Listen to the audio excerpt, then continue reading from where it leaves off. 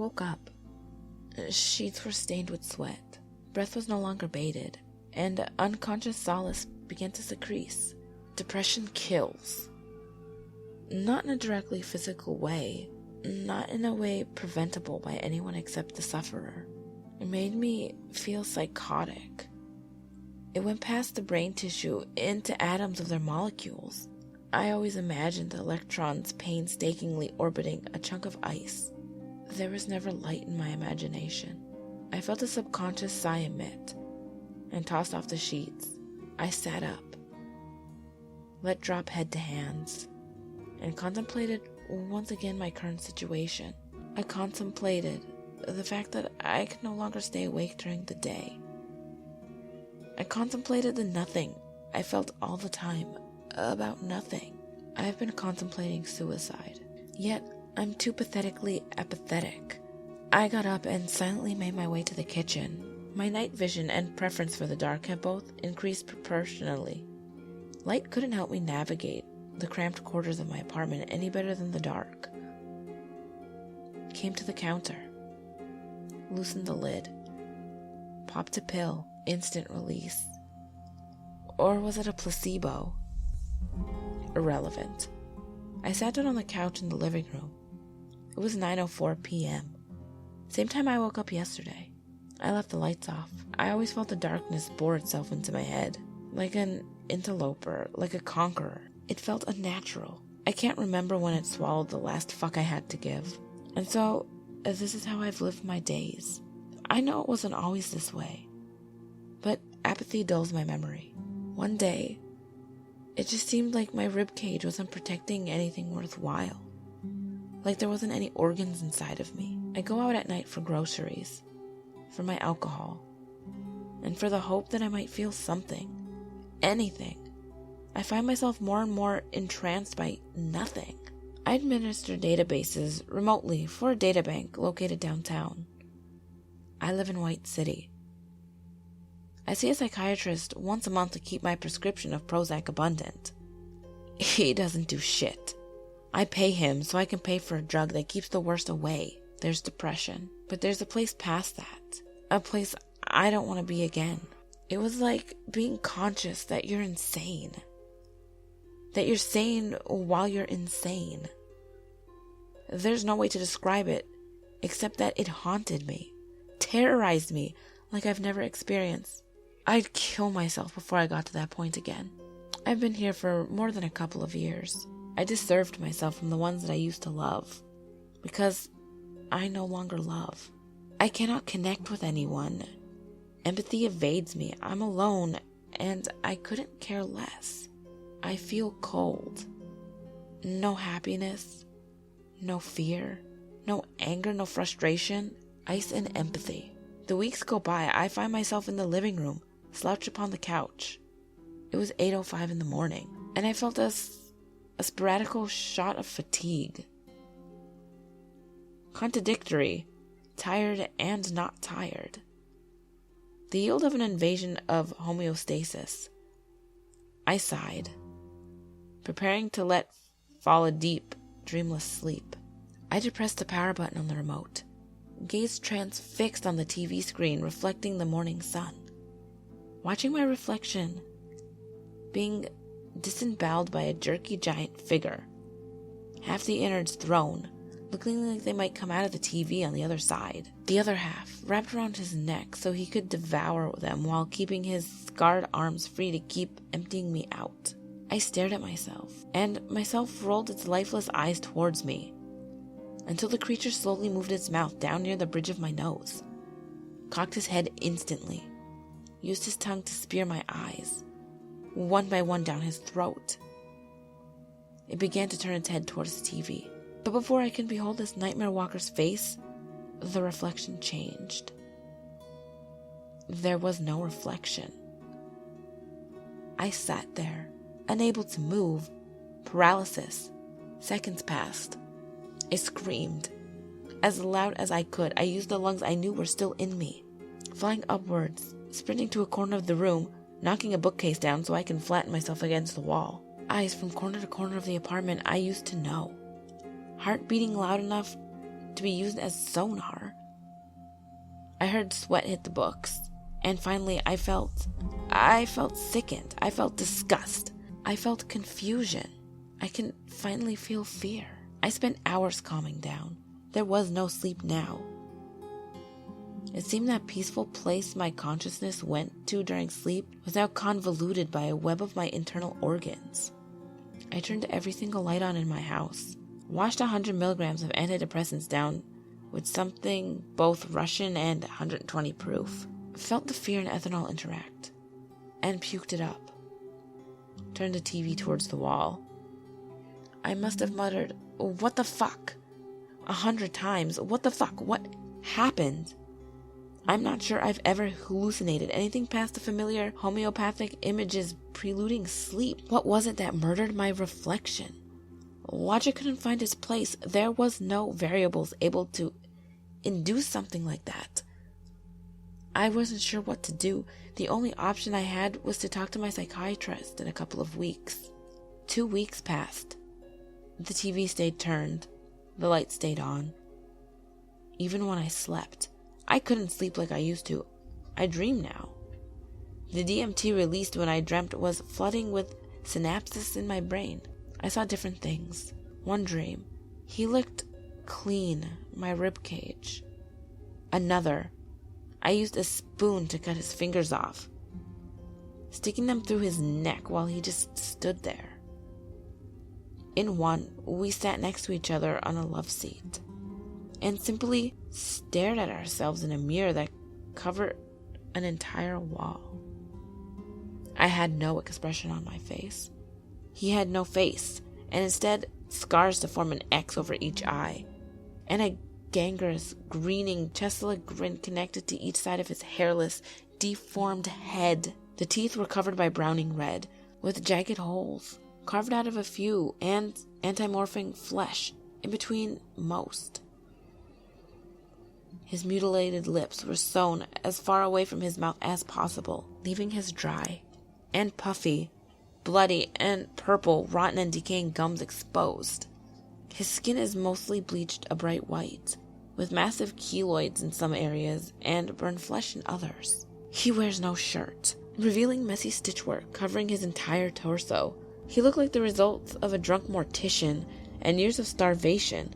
He was tall and thin, arms with reach, deep scars up the underside of the wrist, and perhaps just sinew in the stead of muscle. He was emaciated.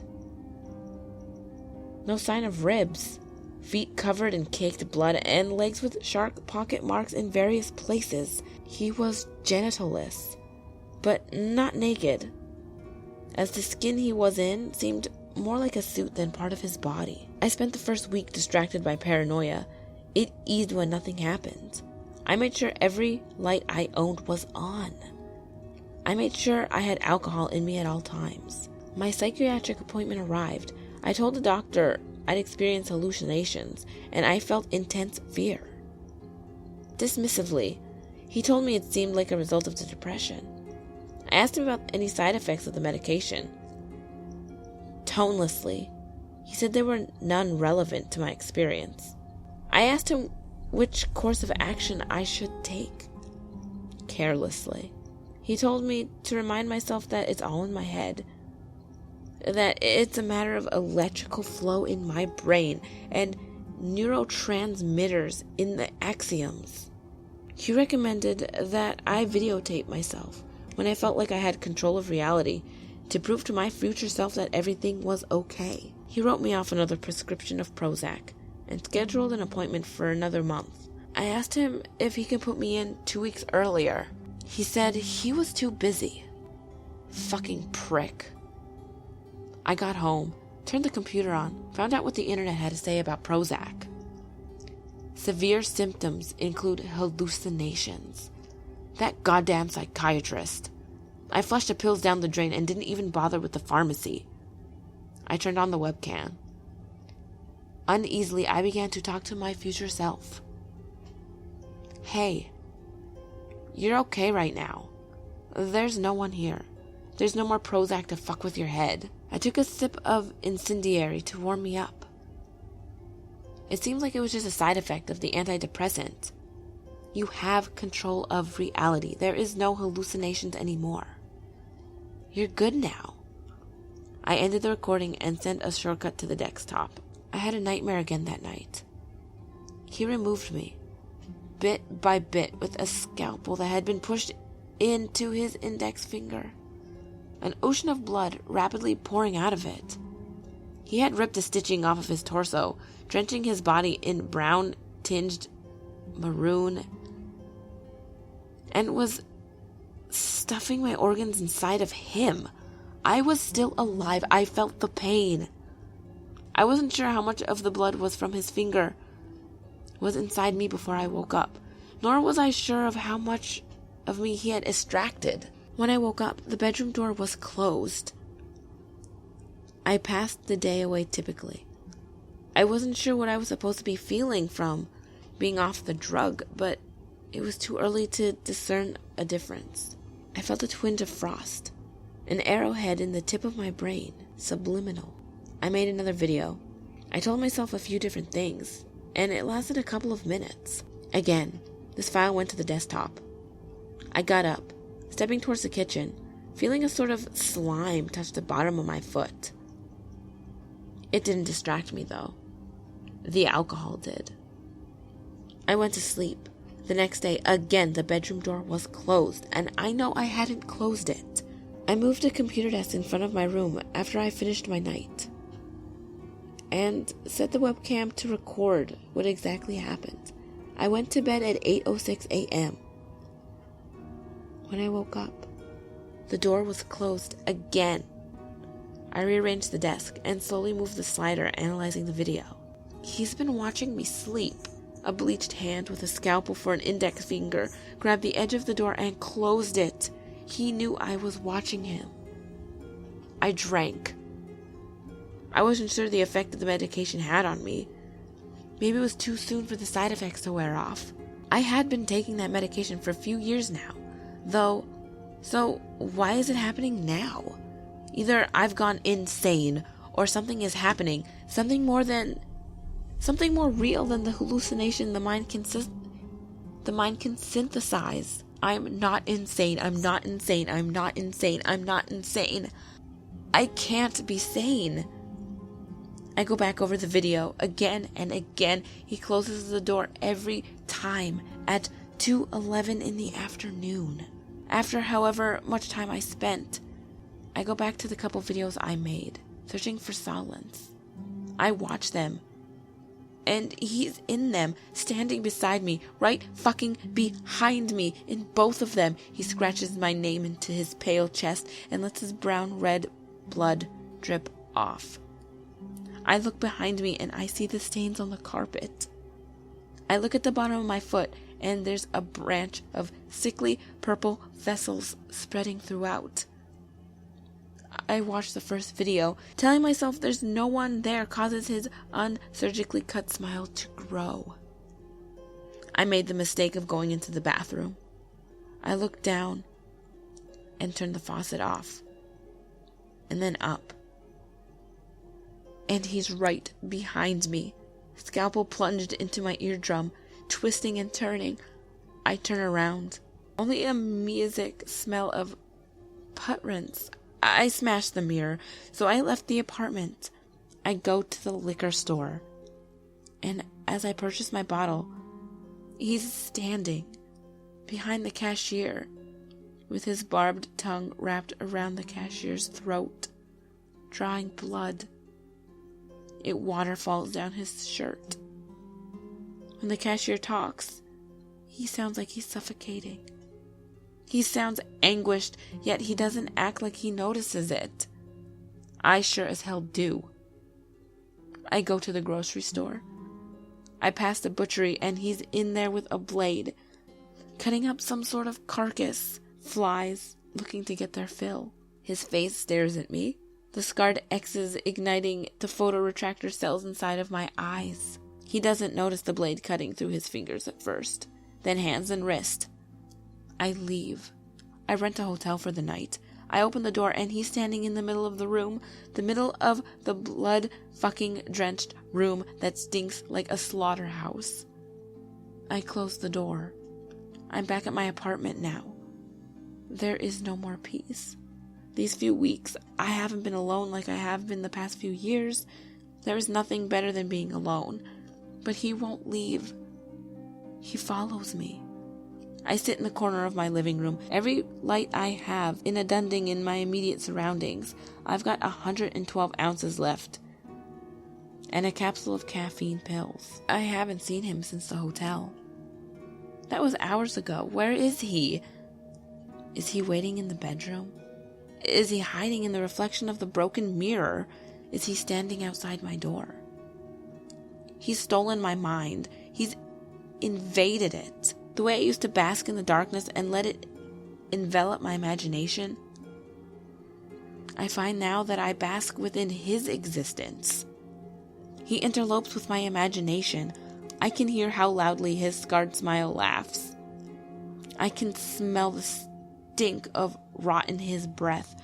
I can feel him running his pale fingers over me. I can sense him in every way possible, but I cannot see him. He leaves that up to my imagination. But he's here, but I don't know where. He has stolen my sanity and I don't know where to find it. It's 12:01 a.m. There's a stench in my apartment, like blood fermented for consumption, like fresh rotted to an extra rare. There is a footstep in my bedroom, one in the kitchen, another right in front of me, the radius of the light in my domain, the only place safe. He waves through the parts of the darkness. I can see him, and yet all I see is the darkness, wrapped and twisting in on itself. It flows, consuming everything in it. I don't feel fear anymore. I feel empty. I feel the end. I take a very long drink. I turn the lights off.